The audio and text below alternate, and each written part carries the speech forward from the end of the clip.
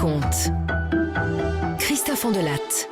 En 2013, dans le Gard, Fabrice Autran organise le faux cambriolage de sa maison pour se débarrasser de Rachel, sa compagne.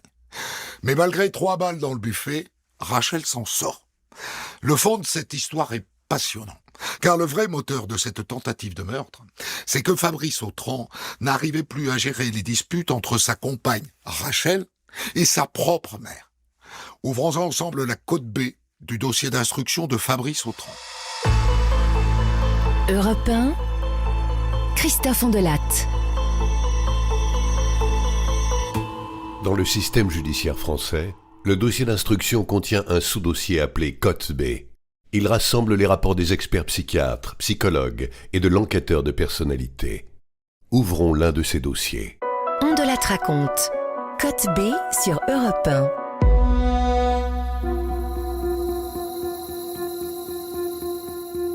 Nous sommes le 6 avril 2013 à Alès, dans le Gard. Il est 2h du matin. Fabrice Autran et sa compagne Rachel dorment à l'étage de leur maison. Leur petit garçon d'1 an et demi dans la chambre d'à côté.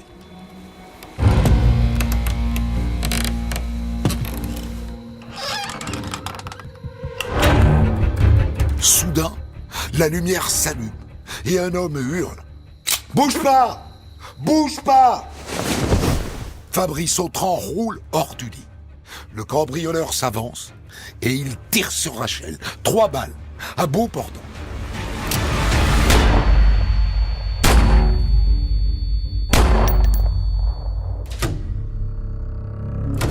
Une première dans le thorax, qui lui transperce le sein gauche, une autre se loge dans la cuisse et une dernière lui explose le mollet.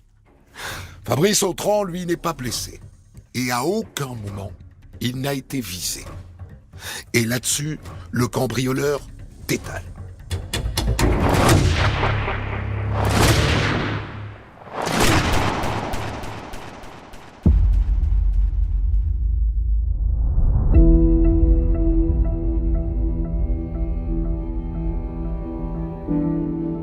Rachel va essayer de se sauver la vie parce que son homme qui est à côté d'elle est un peu pétrifié par la situation. Maître Iris Christol, avocate de Rachel. Et elle va se faire un point de compression, finir par réussir à appeler les secours qui arriveront un moment après pour la prendre en charge. Et de façon stupéfiante, cette femme va survivre à cette exécution dans son lit de 3 balles.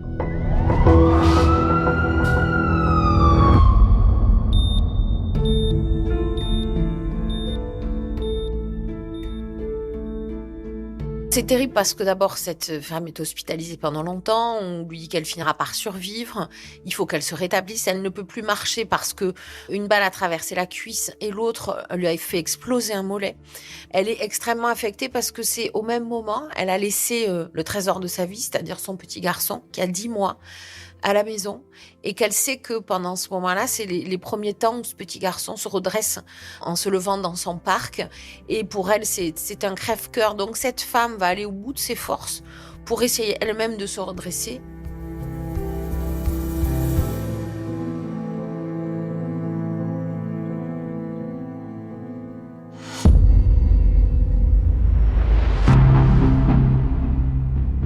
Et après, en rentrant chez elle, elle va vivre terrée. En fait, c'est elle qui va s'enfermer avec l'aide de son compagnon parce qu'elle est terrifiée. Parce qu'il est un lieu où on est le plus en sécurité possible, c'est chez soi, dans les bras de l'homme qu'on aime. Et à partir du moment où cette sensation de sécurité-là a explosé, on n'est plus jamais en sécurité, mais psychiquement, nulle part. Donc à partir de là, elle va développer des angoisses qui vont faire qu'elle va s'enfermer. Elle a tellement peur que Fabrice, son compagnon, fait installer des caméras de surveillance et qu'ils seront sous l'œil en permanence d'une société de sécurité tenue par une connaissance de son compagnon pour être sûre qu'il ne leur arrive rien. Elle vit les volets fermés, les portes fermées, avec des angoisses de vérification, une hypervigilance. Et c'est des mois suspendus à l'horreur de ne pas savoir où sont ceux qui sont venus l'agresser et même l'exécuter, parce que c'est la sensation que cette femme a. Elle a la sensation d'avoir été visée, elle, et pas son mari, parce que c'est exclusivement elle qui a été touchée par les impacts de balles. Bouge pas! Bouge pas!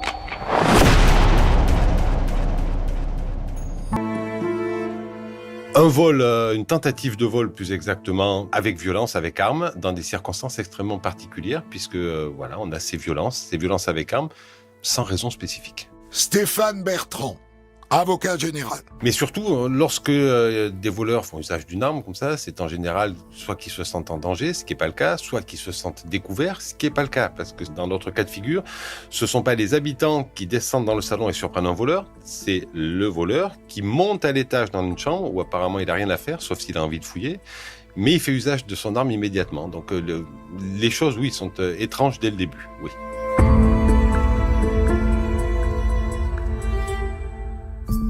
Ce cambriolage a intrigué énormément les policiers de la police judiciaire de Montpellier.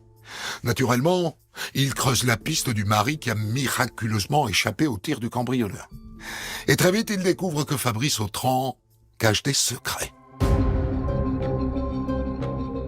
Il a une situation conjugale un peu compliquée, ou disons qu'il se la complique lui-même. C'est-à-dire qu'il y a des rapports extrêmement conflictuels entre sa mère à lui et son épouse. Il y avait un projet de mariage qui a été reporté. Bon, voilà, il y a un peu d'eau dans le gaz, il y a des choses qui ne vont pas. Et on s'aperçoit que sur son ordinateur, chez lui, qu'on a saisi et sur lequel on analyse, on retrouve un historique un petit peu particulier. C'est-à-dire, dans les recherches qu'il a faites, il y a des recherches sur la façon d'empoisonner quelqu'un sans que ça laisse de traces. Il y a des recherches sur les risques légaux encourus lorsqu'on tue quelqu'un. Enfin, voilà, des choses qui commencent à sentir extrêmement mauvais.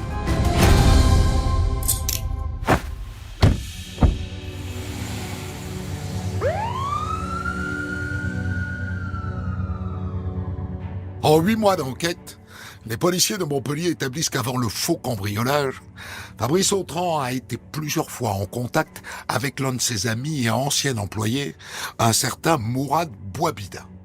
Et dans un sac plastique utilisé au moment des faits, ils ont retrouvé l'ADN de ce même Mourad Bouabida. Les deux hommes sont interpellés. Ils vont devoir s'expliquer. Un matin de décembre, la police arrive au domicile pour une perquisition, pour placer en garde à vue le compagnon de Rachel. Et avec toutes les précautions du monde, ils essayent d'expliquer à cette jeune femme qu'il est probable que depuis 8 mois, elle ait été allongée toutes les nuits dans le lit à côté de celui qui avait tenté de l'assassiner.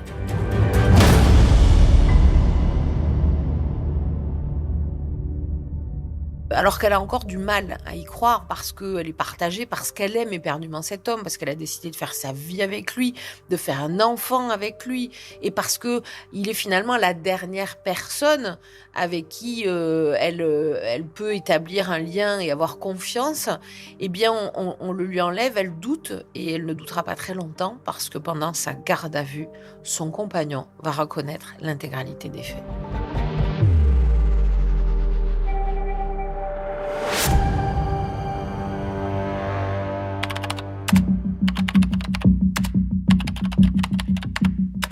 Ce qui s'est passé en garde à vue, et ça se passera par la suite de la même façon durant toute l'instruction, c'est assez simple.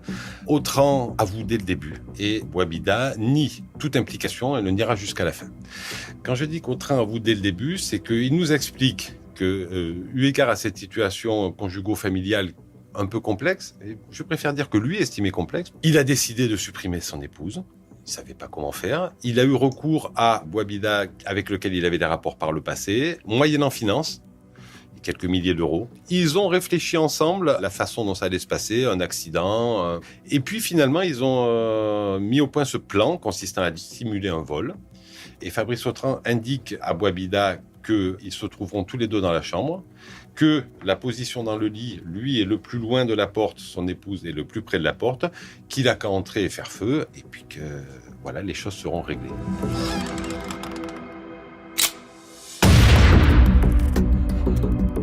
Ça va pas se passer tout à fait comme prévu, mais c'était le plan et Fabrice Autran nous l'avoue dès le début de la garde à vue.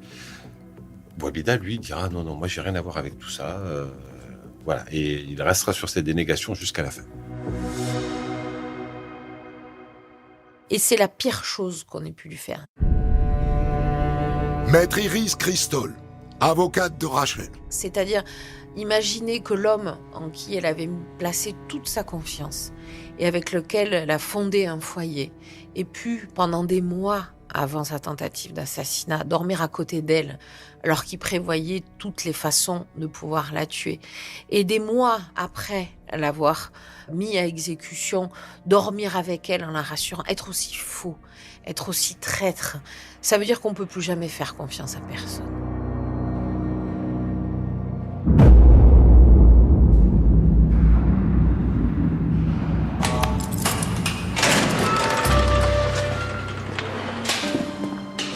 Tout de suite, il sort de l'ordinaire. Il est grand, on voit déjà qu'il a un charisme, quoi. On voit que ce n'est pas le justiciable comme les autres. Karine Poulain, enquêtrice de personnalité. Donc le parloir, c'est petit, il arrive et là, il occupe tout l'espace, quoi. On voit que c'est quelqu'un de posé, de réfléchi. Il est à l'aise sur le plan relationnel. Il a pris ses repères dans la maison d'arrêt. Et ça me sera confirmé par le surveillant qui me dira qu'il est là depuis un mois et qu'il a déjà une cellule individuelle et qu'il donne déjà des cours, qu'il intervient dans telle et telle situation. Donc il est à l'aise, comme un poisson dans l'eau, si je puis dire, déjà dans la maison d'arrêt.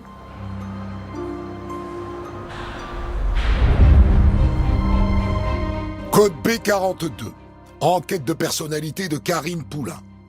Fabrice Autran est âgé à ce jour de 43 ans. Il est l'aîné d'une fratrie de 2 enfants. De formation ingénieur, il est diplômé de l'école des mines d'Alès. Depuis 17 ans, il est directeur d'une entreprise de recyclage de déchets dont il a contribué au développement. Il a un fils d'1 an et demi avec sa compagne Rachel, la victime.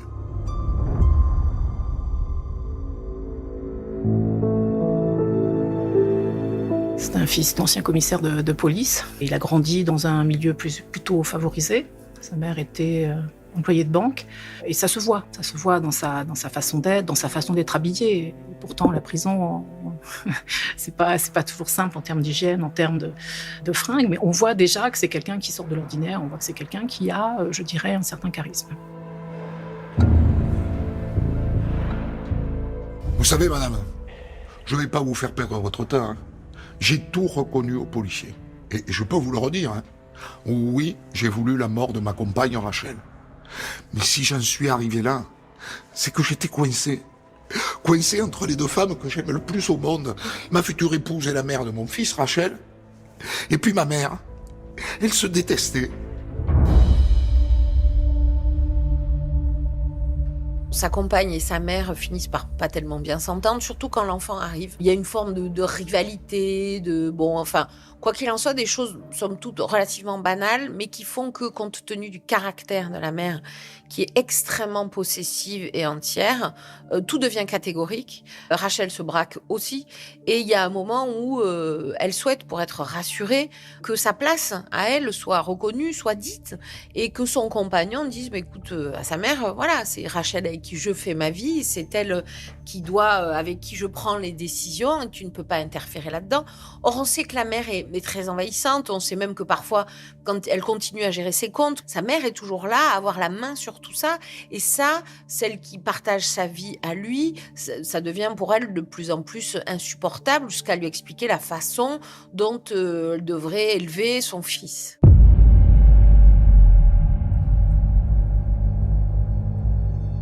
Très rapidement, les mêmes mots reviennent. J'essayais de ménager la chèvre et le chou, j'arrondissais les angles. Ça, c'est des termes qui reviennent beaucoup dans sa bouche. C'est au cœur des dernières années qu'il a vécu, finalement, dans ce dilemme, le cul entre 2 chaises, si je puis dire, partagé, tiraillé entre ces 2 femmes.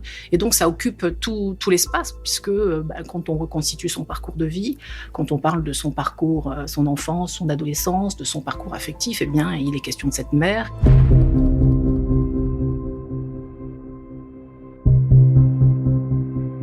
il sait pas se positionner, il sait pas dire non, il n'a jamais grandi en s'opposant à sa mère, il a toujours fait semblant de essayer de se conformer et puis fait des coups en douce en gros pour essayer de respirer un peu.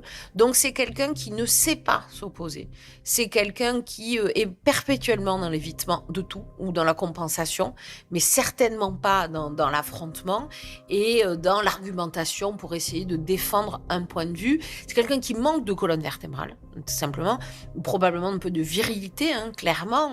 Ça pourrait être une femme, on dirait pas virilité, mais c'est quelqu'un qui va manquer de personnalité, en tout cas.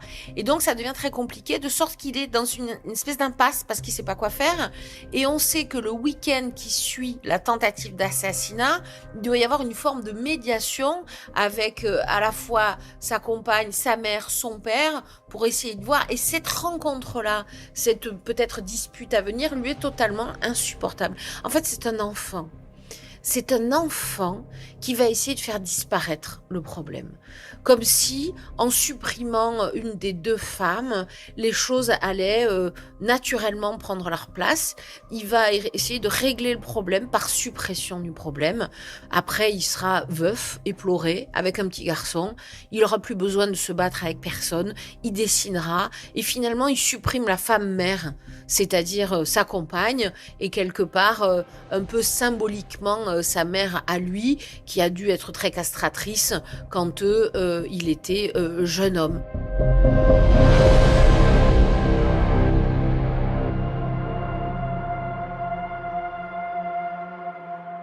On gomme et ça doit disparaître. Alors il a quelque chose comme ça de l'ordre de l'enfance dans ses mécanismes, parce que cet homme fait parfois, quand les choses le gênent, comme si elles n'existaient pas.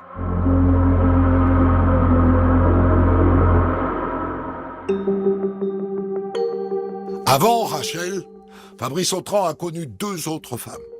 Et à chaque fois, sa mère ne les a pas supportées. La première compagne fumait soi-disant trop, et la deuxième a embarqué son fils dans la gestion d'une boîte de nuit. Paradoxalement, alors que cette mère, la mère de Fabrice Autran, avait beaucoup critiqué la première et la deuxième compagne de son fils, cette compagne, Rachel, eh bien, elle est acceptée. Il y a une vraie volonté de l'intégrer, mais autour de sujets importants, tels que le mariage, les enfants. Eh bien là, il va y avoir des points d'achoppement et tout va être prétexte, en fait, à un moment donné. Derrière ça, chacune revendique son espace de liberté, sa place, et tout est prétexte à la discorde, en fait. Et lui, Fabrice Autran, alors qu'il aurait pu, sans doute, s'il avait eu une autre personnalité, crever le conflit dans l'œuf, eh bien finalement, par son inaction, par son inertie, par son incapacité à se positionner, eh bien il va malgré lui entretenir ce conflit.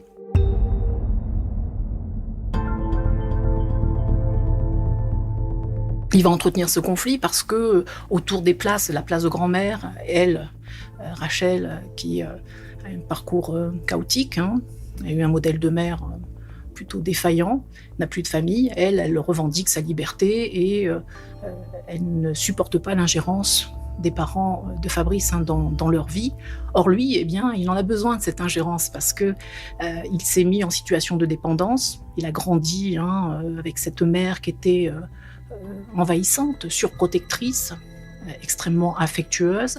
Elle ne lui a pas octroyé beaucoup de marge de manœuvre, en fait, dans les expériences qu'il a pu faire dans la vie. Et finalement, il s'est mis en situation de dépendance. Un de ses amis me racontait que, juste avant de passer le bac, donc il avait tout à fait 18 ans, il allait encore se coucher à 20h30, un peu comme les petits, quoi. Et puis, il prend, finalement, au moment où il prend son autonomie, c'est à travers ses études. Là, il jouit d'une grande liberté. Il n'y est pas du tout préparé, parce qu'en fait, il n'a pas fait ses expériences, il n'est pas sorti, il n'a pas fait ses expériences de la vie. Et là, eh bien, très rapidement, il va se remettre en situation de dépendance vis-à-vis de cette mère sur le plan financier. Il ne sait pas gérer l'argent. Ça va générer des découvertes assez conséquents, découvertes qui nécessitent l'intervention de sa mère, puisqu'elle travaille dans une banque, la même dans laquelle il est affilié. Et toute sa vie, il va avoir besoin de cette mère pour combler un petit peu les déficits et pour colmater un petit peu les brèches sur le plan financier.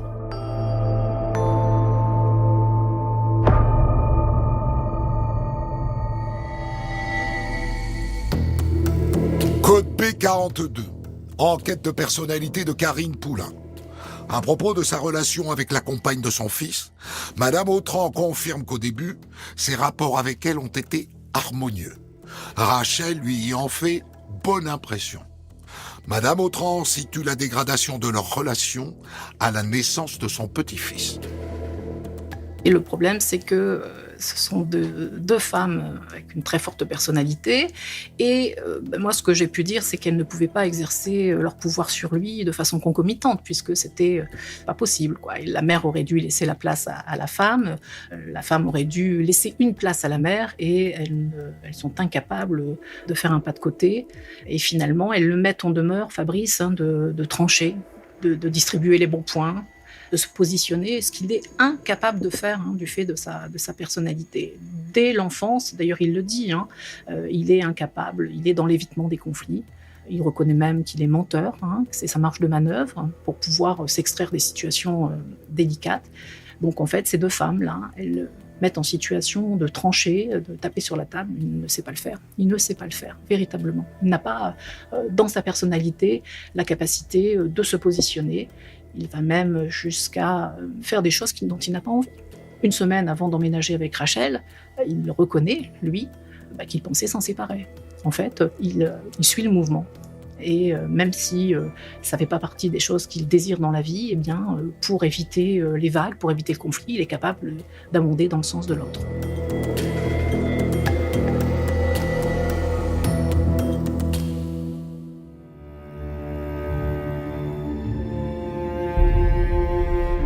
Fabrice Autran est un fils effacé, un père effacé et un compagnon effacé. Et cette attitude lui vient de son père, policier, commissaire divisionnaire, qui lui aussi ne s'opposait jamais à sa femme, la mère de Fabrice.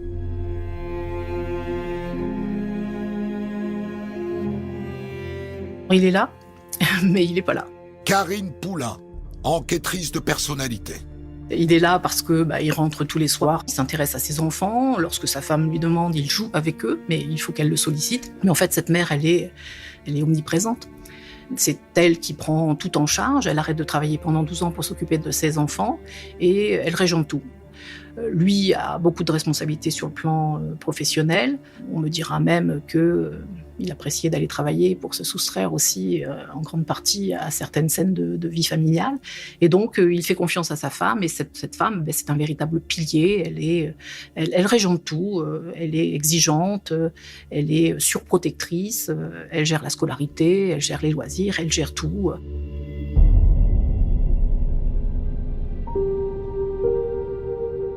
Cet homme a reproduit ce qu'il a connu chez lui, c'est-à-dire qu'il y a un papa qui socialement est très en avant, il a été commissaire divisionnaire, un grand flic apparemment. Maître Iris Christol, avocate de Rachel.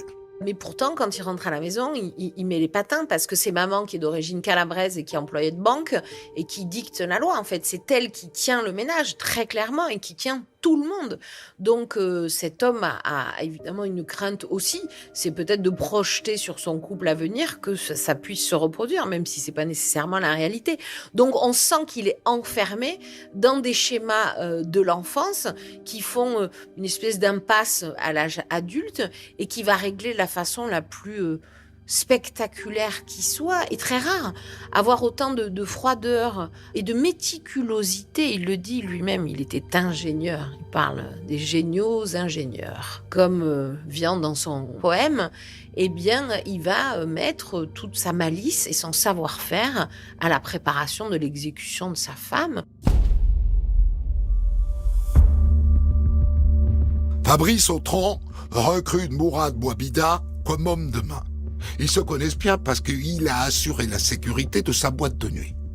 Pour 15 000 €, Bouabida accepte de tuer Rachel.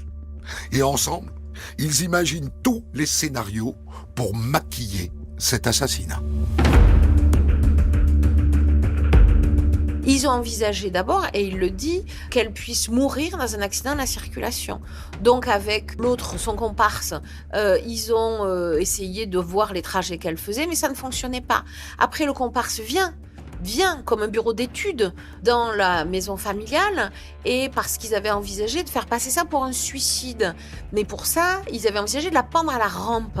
Mais le comparse, en homme de main et de terrain, vient lui dire non, cette rampe n'est pas assez solide, elle va risquer de se casser la gueule, on ne peut pas, ce sont ces mots que je reprends, opter pour ce scénario-là. Donc c'est vraiment des gens qui vont s'ingénier à trouver froidement et tranquillement une solution pour faire mourir cette femme dans des conditions qui paraîtraient les moins suspectes possibles. Et finalement, ce qui va être choisi, c'est le cambriolage qui dérape.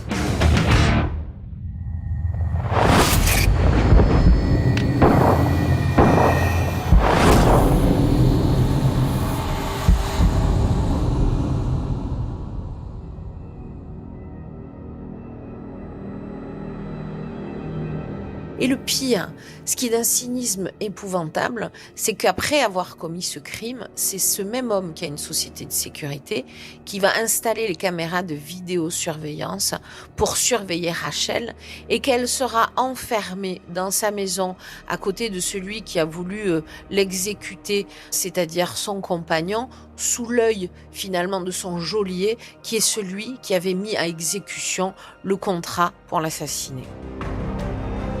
C'est d'un cynisme terrible qui fait que cette femme, aujourd'hui, a les pires difficultés à pouvoir faire confiance à quiconque.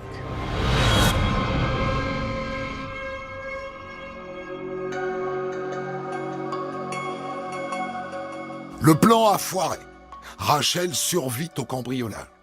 Alors Fabrice Autran reprend sa vie normale. Il devient un compagnon parfait, bienveillant, au chevet de sa fiancée blessée et traumatisée. Pendant 8 mois, Fabrice Autran joue la comédie.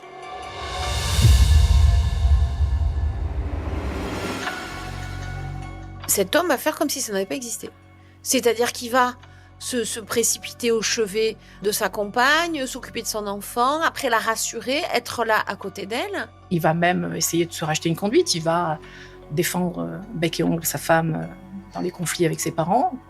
Des parents qui, bien évidemment, compte tenu des circonstances, vont reléguer un petit peu les histoires à l'arrière-plan, vont faire aussi des efforts. Il est même question, m'a-t-il dit, d'avoir un deuxième enfant. Donc on est vraiment de mettre le mouchoir sur sa bouche, quoi. Puis une fois qu'il va être arrêté, il va faire aussi comme si tout ça, finalement, le dire, mais comme si le fait de le dire suffisait à être finalement pardonné. Il me dira qu'il a pensé passer à travers les mailles du filet. Un peu comme la pensée magique des enfants, c'est-à-dire si je ferme les yeux, ça n'existe pas. Lui, c'était tellement énorme, finalement, ce qui s'était passé. Ce qu'il a pu me dire, c'est qu'il a réellement réalisé la portée de ses décisions lorsqu'il a vu sa femme blessée. Mais ensuite, c'est un peu comme une seconde chance qui lui est donnée. Et oui, il y a, dans ses mécanismes de défense, dans ses tentatives à éluder, il y a pas vu, pas pris. C'est la pire des trahisons.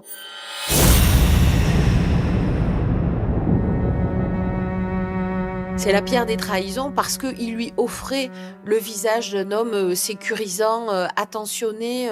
Elle préparait leur mariage. C'est-à-dire que pendant qu'il préparait son assassinat et son exécution, elle cherchait sur Internet les décorations pour le jour de ses noces. Parce qu'il devait se marier après avoir eu un enfant.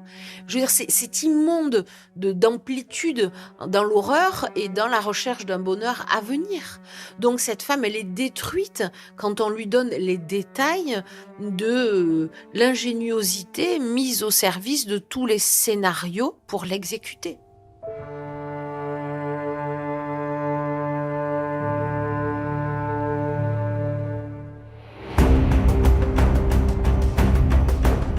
Quatre ans après le faux cambriolage, Fabrice Autran et son bras armé, Mourad Bouabida, comparaissent devant la cour d'assises. Fabrice Autran assume, le faux cambriolage qui tourne mal, c'était son idée.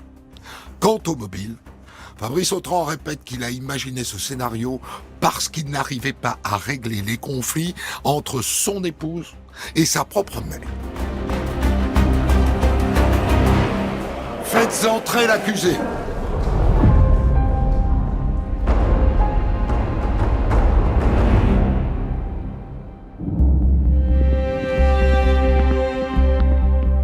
homme grand, plutôt voilà, de belle allure, les cheveux poivre et sel, qui inspire naturellement et spontanément une forme de confiance à l'autre. Ce qui est saisissant, d'ailleurs il a des vêtements gris, on dirait un séminariste sur le tard, il parle calmement, il tient des propos un peu lénifiants sur le pardon, sur le rachat, qui sont en décalage total avec la réalité du dossier, comme si chez lui rien ne vibrait. Ou s'il était dans l'incapacité, en gros, de faire advenir une forme d'émotion et de la dire et de la communiquer. Donc c'est vrai que c'est quelqu'un qui ne s'énerve pas, c'est quelqu'un qui semble aussi un peu résigné et qui raconte les choses avec une froideur qui est assez spectaculaire, mais aussi une belle élocution, une belle rhétorique et ce qui donne une sensation d'étrangeté. C'est-à-dire le décalage entre la personnalité de cet homme et les faits qui ont été commis et préparés.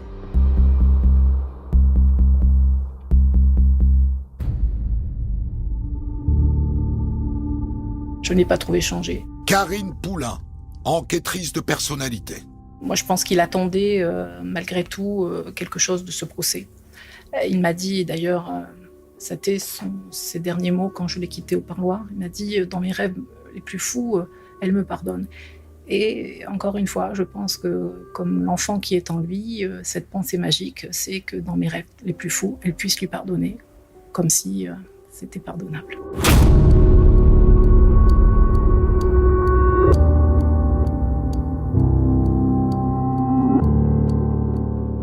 Mais même encore maintenant, même à la cour d'assises, il m'a dit « j'espère qu'un jour, on me pardonnera ». Comme si, faute avouée, à moitié pardonnée. Mais on n'est pas à l'école maternelle. Cet homme a fait exécuter sa femme à côté du berceau de son enfant de 10 mois, et alors qu'elle dormait dans ses bras. Il n'est pas question aujourd'hui d'envisager ou d'imaginer que cette femme soit en capacité de se remettre de ça et de lui pardonner quoi que ce soit, comme si par enchantement, on pouvait faire disparaître ce qu'il avait fait. Monsieur Autran, levez-vous, je vous prie. Pourquoi avoir imaginé ce plan criminel? N'y avait-il pas d'autre choix, monsieur Autran? Quittez votre compagne. Parlez avec votre mère. Je pouvais pas, monsieur le président. J'étais dans une impasse, je savais pas comment m'en sortir. Il y avait eu une nouvelle dispute entre ma mère et Rachel. Et j'ai pris la décision de cet acte fou. Chacun était unanime pour me dire que les derniers mois, il était tourmenté. Il était mal. Parce qu'il sentait que les choses lui échappaient. Il sentait bien qu'il lui aurait fallu se positionner, mais il en était dans l'incapacité. Il n'a pas les armes pour ça. Donc, il ne sait pas faire. Donc, il ment, il louvoie, il amène son fils à ses parents derrière le dos de sa compagne. Il sort boire un coup avec son copain. Il fait un crochet pour prendre une autre rue pour pas qu'on le voie rentrer avec son copain. Enfin, voilà, ça, c'est sa vie. C'est-à-dire que ses marges de manœuvre, sa marge de liberté, c'est dans le mensonge, c'est dans les cachotteries. Il se ressentait comme pris entre un étau entre sa mère et sa femme. Stéphane Bertrand, avocat général. Entre lesquels ça fritait un petit peu, chacune voulant un petit peu prendre le pouvoir sur l'autre. Il y avait un enfant au milieu, et il ne savait pas quoi faire. Je pense que l'étau s'est resserré autour de lui. Il y a Noël qui est là, et Noël, c'est la catastrophe, quoi. Les parents sont invités, finalement ça se termine où la compagne refuse le cadeau, rend le cadeau que lui a offert les parents et met les parents à la porte. Donc, ce qui est quand même symboliquement très, très fort. Et dans ce contexte, la mère dit « ça ne peut plus continuer, il faut qu'on crève l'abcès ». Crever l'abcès, pour lui, c'est juste impensable. Voilà, c'est impensable, ça veut dire une énième confrontation. Crever l'abcès, ça veut dire se positionner pour lui, et il n'en est pas capable, encore une fois.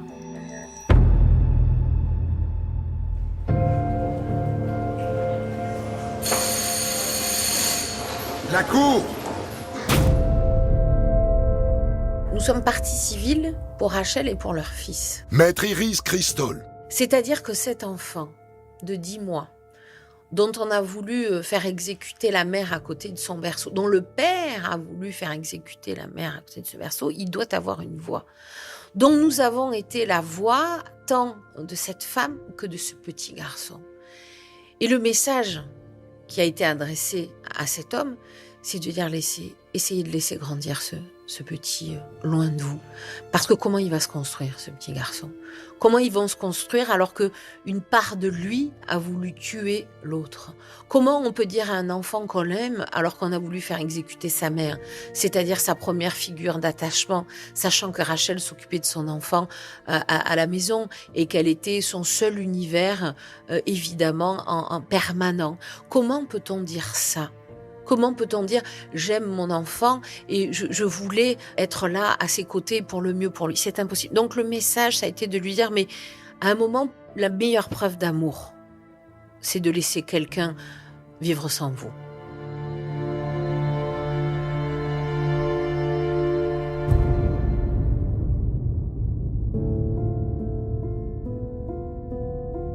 Fabrice Autran assume d'avoir commandité l'exécution de sa compagne. Et il désigne Mourad Bouabida, qui est assis à ses côtés dans le box, comme étant son homme de main. Mais Bouabida prétend qu'il n'a rien fait. On a Bouabida, donc le tireur soupçonné. C'est quelqu'un qui est un peu rablé, un peu voûté, et qui regarde pas les gens en face, mais qui se positionne de côté pour répondre et pour voir les gens. C'est qu'il a un problème, on le verra dans les expertises qui seront effectuées sur lui, il a un problème aux yeux depuis très longtemps. Il a quasiment pas de vision centrale, il n'a qu'une vision périphérique. C'est-à-dire que c'est un petit peu comme si il voyait le monde avec 2 lentilles noires au milieu des yeux, donc il voit pas en face, il voit à la périphérie. Et donc en tournant légèrement sa tête, il arrive à s'adapter à voir. Il voit essentiellement des mouvements et des ombres. Ça devient une évidence que c'est Bouabida le tireur. Puisqu'en fait, quand on reprend les faits tels qu'ils se sont passés, le tireur monte dans la chambre. D'abord, il allume la lumière. C'est antinaturel. Normalement, on n'allume pas la lumière, ne serait-ce que pour qu'on puisse pas voir à quoi on ressemble, ne pas donner de description, etc. Il allume la lumière. Et au-delà d'allumer la lumière, il ne va pas rester sur le seuil de la porte et faire feu. Non, il va s'approcher, prendre appui sur le lit, s'y poser avec un genou ou deux, et là, faire feu à bout portant, quasiment à bout touchant.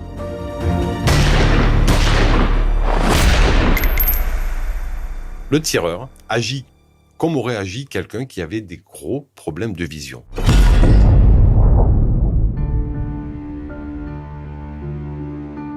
Le truc ahurissant de cette histoire, c'est qu'il est ingénieur, il réfléchit à tout, il pense à tout, et il engage probablement la seule personne pour laquelle il n'y a pas de garantie que ça pourra aller au bout, parce qu'avec ses problèmes de vision, il peut louper sa cible. Et d'ailleurs, c'est ce qu'il va faire. Enfin, il va l'atteindre, mais il ne va pas réussir à la tuer. Monsieur l'avocat général, vous avez la parole pour vos réquisitions.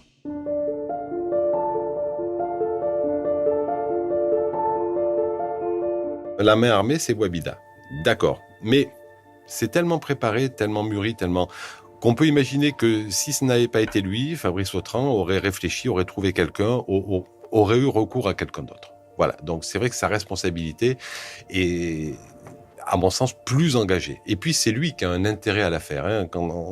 Quand on dit toujours à qui profite le crime, c'est toujours la bonne question à se poser pour identifier les auteurs, mais également pour serrer les responsabilités. Raison pour laquelle, dans les réquisitions, je demande une peine plus lourde pour Fabrice Autran que pour Bouabida. Et d'ailleurs, les jurés, dans leur délibéré, ont suivi cette... Mourad Bouabida, le tireur, est condamné à 20 années de réclusion criminelle. Fabrice Autran, le commanditaire, prend 7 années de plus, soit 27 ans de réclusion criminelle. Il accepte le verdict et il ne fait pas appel. Seul Mourad Bouabida fait appel. Et il écope finalement de 17 années de réclusion criminelle.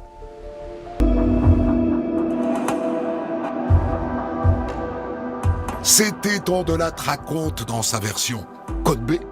La rédaction en chef est signée Guillaume Maury et la réalisation Mathieu Fray. Retrouvez On de la raconte Code B tous les vendredis et samedis dès 6h sur votre plateforme de podcast.